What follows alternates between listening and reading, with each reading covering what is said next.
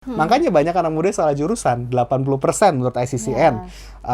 Anak muda salah jurusan. Dan ternyata menurut dari Job Street aja, 73% banyak anak muda nggak puas dengan pekerjaannya sekarang atau nggak happy. Jadi kerjaan sama passion sama jurusannya itu beda gitu, nggak Udah sama. salah jurusan, kerjanya juga nggak sesuai sama passion gitu ya Mas. Nah, Stressful tuh. iya gitu. Nah jadi sebetulnya saya bicara ini kan memang idealnya ya. Cuman ya pada kenyataannya ya apa harus gimana dong ya. Ini memang kehidupan. Kita semua pasti mengalami quarter life crisis kan gitu loh. Yes, Dan ini betul. semua dialami oleh semua orang. Dan Anda nggak sendiri, kamu nggak sendiri kok. Smart FM. Smart Career. Hai Smart Listeners, kita berjumpa lagi dalam podcast Smart Career. Tentunya bersama saya Maria Delsa dan juga Mas Harmoni Esra dari Personix dan juga Power Character. Mas Harmoni, berjumpa lagi, apa kabar? Sehat dong, gimana Sehat kabarnya selalu. Maria? Saya juga sehat selalu. Nah, di episode kali ini kita mau ngomongin hal basic yang biasa sering banget diobrolin sama anak-anak muda di tongkrongan nih ya. Betul. Kalau bukan passion, nggak mau kerja wow. Kadang kita juga susah nih ngebedain apa itu passion, apa itu hobi. Nah, Betul. mungkin Mas Harmoni bisa menjelaskan passion tuh apa sih, gitu ya. Iya. Sebelum menentukan nggak mau kerja sesuai passion gitu ya. Iya. Harus tahu dulu nih passion tuh apa. Betul. Jadi memang sesuai topik pembicaraan pada hari ini, kita kan ngomongin passion ternyata nggak cukup. Yes. Passion aja itu ternyata nggak cukup. Karena kita dibombardir dengan knowledge ya tentang apa ya motivator di YouTube banyak banget. Kejar passion lu, temukan passion lu, temukan passion tuh harus ditemukan supaya menemukan kayak seolah-olah nemuin passion tuh kayak nemuin tujuan hidup gitu. Sebetulnya apakah 100% salah? Saya nggak 100% setuju sebetulnya. Karena passion itu baru satu step. Ibarat analoginya nih, kalau mobil mau jalan perlu bahan bakar. Perlu bensin, ya toh. Ya passion itu just simply a bensin. Cuman bahan bakar aja. Tapi tanpa tujuan, tanpa mau kemana, ya mobil ini akan cuman sekedar muter-muter aja, tanpa kita mau kemana gitu. Ya, jadi seringkali banyak orang yang mendefinisikan passion itu hal yang kita lakukan dan kita semangat ngerjainnya, dan kita happy ngerjainnya. Itu hal yang baik, memang betul harus dicari gitu ya. Cuman apakah seringkali orang ketuker sama hobi gitu. Kalau misalkan siapa sih yang nggak seneng main game gitu ya? Pasti seneng banget main game gitu. Tapi ya ada titik di namanya law of diminishing return sebetulnya. Kalau misalnya kita betul-betul ngomongin passion ya, law of diminishing return itu bicara soal kita misalkan Maria suka makan nasi goreng, saya suka makan ayam bakar misalkan gitu ya. Ketika kita makan makanan yang sesuatu yang kita suka terus-menerus, lama-lama bosen nggak? Bosen. Dengerin lagu yang kita suka berulang kali lama-lama bosen nggak? Bosen. Sama gitu. Jadi kalau misalkan cuman definisi passion itu cuman sekedar apa yang kita suka saja, maka ini berbahaya karena itu kita cuman pasti sampai di titik di mana kita kan bosen ngerjain hal itu. Kayak capek dan kita kan mau sesuka apapun terkait dengan hal itu kita kan bosan dan mencoba hal-hal yang lain. Nah, makanya seringkali kita terjebak dengan mengejar passion dan itu sebetulnya nggak cukup. Yes. Gitu. Nah, bagaimana sih kita bisa mengenali bahwa itu passion dan itu hanya sekedar hobi aja gitu yang bisa membosankan juga suatu saat gitu. Betul. Nah, jadi ini saya mungkin bahas lebih passion lebih dalam ya, jebakan-jebakan passion. Jadi saya harus bilang bahwa passion aja nggak cukup karena apa? Nanti saya akan jelaskan elemen-elemen yang lain. Tapi seringkali orang membenarkan diri atas nama passion yang menyebabkan ini orang terjebak dalam hal-hal ini gitu. Salah satu contohnya idolizing. Orang idolizing ini apa sih? Mengidolakan. Jadi kita di teori psikologi dalam fase perkembangan itu ada fase di mana kita mengidolakan seseorang dan kita cenderung meniru. Jadi kalau misalnya zaman sekarang anak-anak muda sukanya ngelihat YouTube, TikTok, dan akhirnya ketika ditanya mimpi kamu mau jadi apa? Saya mau jadi YouTubers. Udah beda ya kalau kalau dulu kan pengennya jadi dokter, Iya. jadi polisi, sekarang udah pengennya jadi YouTuber gitu. Iya gitu. Karena apa? Kita berusaha kita terinspirasi oleh seseorang, kagum sama seseorang dan kita berusaha meniru.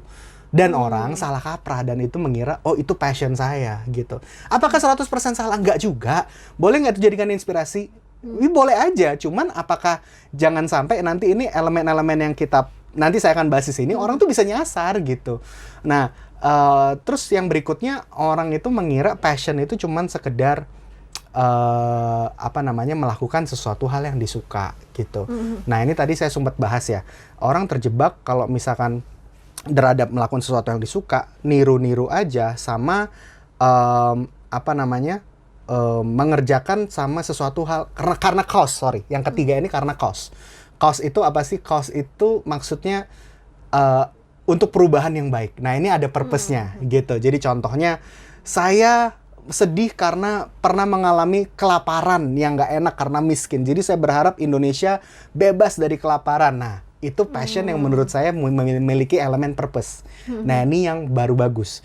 Jadi passion and purpose ini idealnya baru ideal. Jadi bisa definisi yang cukup baik gitu. Jadi ketika kita punya ada discontentment bahasa Inggrisnya, bahasa Indonesianya ketidakpuasan gitu. Kegelisahan. Nah, keresahan. Nah, keresahan itu yang dijadikan passion, yang menurut saya itu memiliki elemen purpose yang kuat. Yang gitu. untuk membawa perubahan. Nah, ini boleh Anda pakai ini karena lebih baik dibandingkan definisi-definisi passion yang sebelumnya. Ya, cuman karena suka, cuman karena happy, cuman karena ikut-ikutan, itu nggak kuat. Tapi passion yang baik-baik adalah harus punya elemen purpose-nya. Gitu, punya tujuannya. Jadi berangkat dari keresahan. Nah, itu sehat. Gitu. Nah, nanti saya juga akan tambahkan elemen-elemen yang lain terkait dengan sebetulnya apakah passion itu cukup nggak sih gitu. Nah, sebelum kita masuk ke beberapa elemen yang tadi, apakah hanya passion itu cukup di passion aja atau bagaimana? Dan pertanyaan yang sering ditanyakan adalah bagaimana jika saya bekerja tidak sesuai passion saya? Apakah itu salah dan apakah memang harus bekerja sesuai passion sih, Mas Harmoni?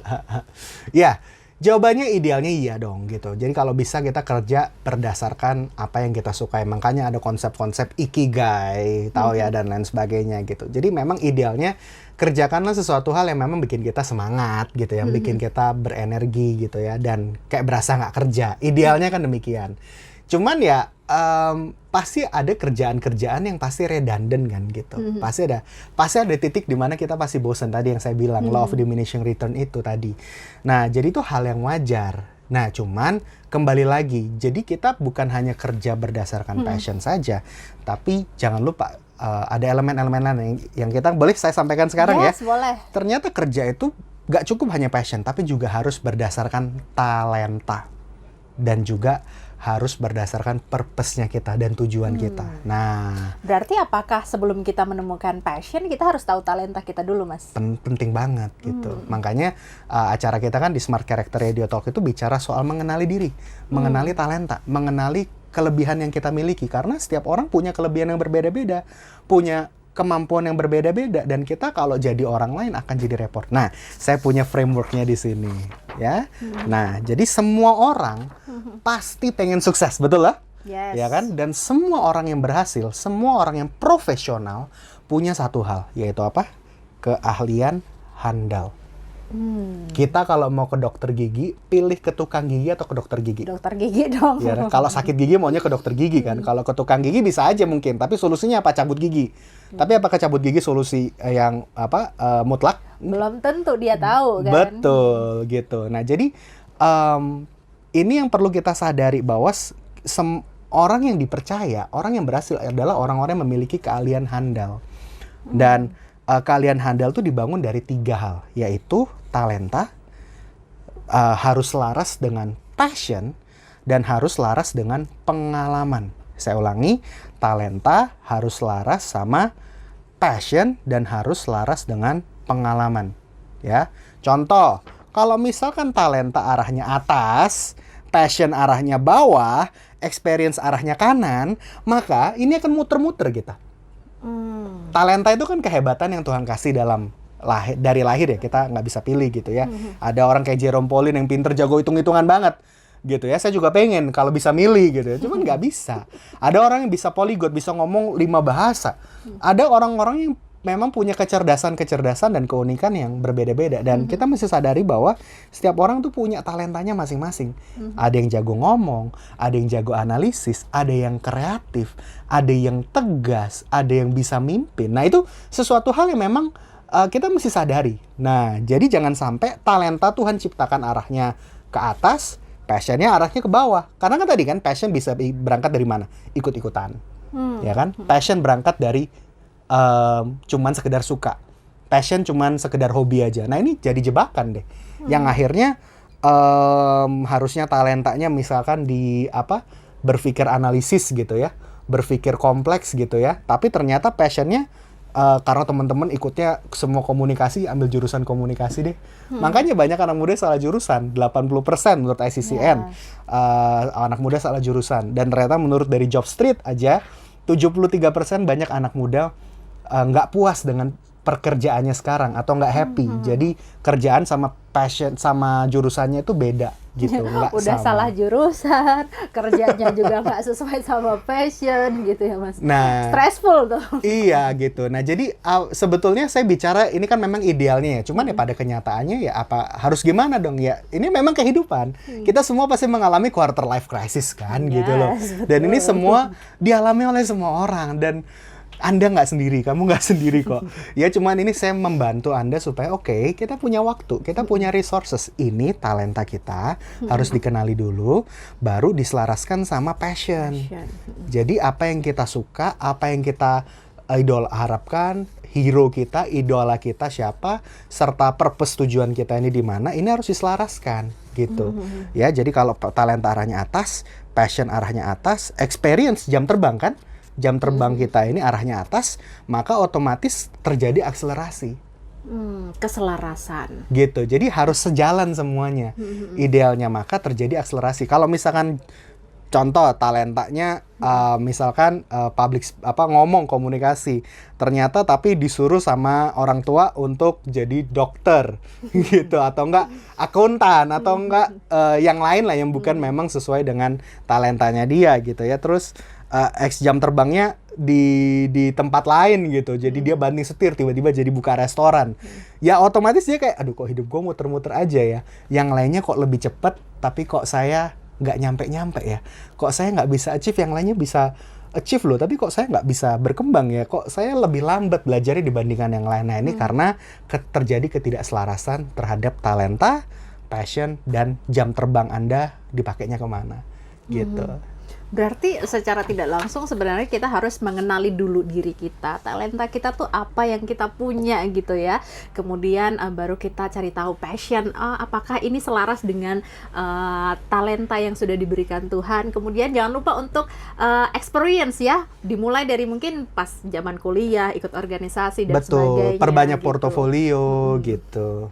Oke. Nah, tips Mas Harmoni untuk smart listeners biar bisa menemukan passionnya dengan benar itu seperti apa? Jadi nggak asal-asalan aja nih. Kadang itu hobi ternyata dikiranya passion gitu. Nah ya, jadi kembali lagi ya, kita ada konsultan-konsultan kita kalau misalnya mau ngobrol gitu, karena ini sifatnya one on one ini coaching akan jauh lebih baik karena kan bicara soal pengenalan diri itu sifatnya personal. Oh, jadi di Personix ID dan juga powercharacter.com ini bisa Betul. one by one gini bisa ya? one on one. Jadi nanti begitu ngomong, habis kontak di powercharacter.com. Kalau Personix kan digital assessment-nya. Kalau Personix powercharacter.com itu ada konsultan-konsultan kita yang siap membantu Anda untuk melakukan konsultasi one on one terhadap leader, terhadap kamu gitu ya yang nonton hari ini gitu, Anda yang nonton untuk mengenali diri gitu ya, bisa nanti dites gitu ya, dites sama kita, talentanya apa, diarahkan gitu ya. passionnya kemana gitu, terus nanti kita ngomong ke depan nanti kamu mau kemana, karirnya mau kemana, nah nanti rencananya seperti apa. Nah otomatis nanti setelah ngobrol biasanya kurang lebih setengah jam, 45 menit sampai 1 jam ya. Biasanya bisa lebih 1 jam setengah sih. Tapi biasanya dari situ Anda udah dapat insight yang banyak banget gitu. Yes. Jadi untuk Anda yang ingin mengenali diri Anda, jangan lupa langsung hubungi Mas Harmoni di powercharacter.com atau personix.id. Terima kasih Mas Harmoni atas bincangnya kita. Kayaknya memang obrolan kita ini terlalu singkat nih ya Mas. Harus kita obrolkan selama 1 jam. Nah, kalau Anda ingin mendengarkan Smart Character and Career, Anda bisa mendengarkan setiap hari Selasa pukul 8 malam bersama saya dan juga Mas Harmoni Esra. Terima kasih untuk sudah menonton podcast Smart Career. Kita akan berjumpa lagi di podcast selanjutnya. Smart FM. Smart Career. Make your future better.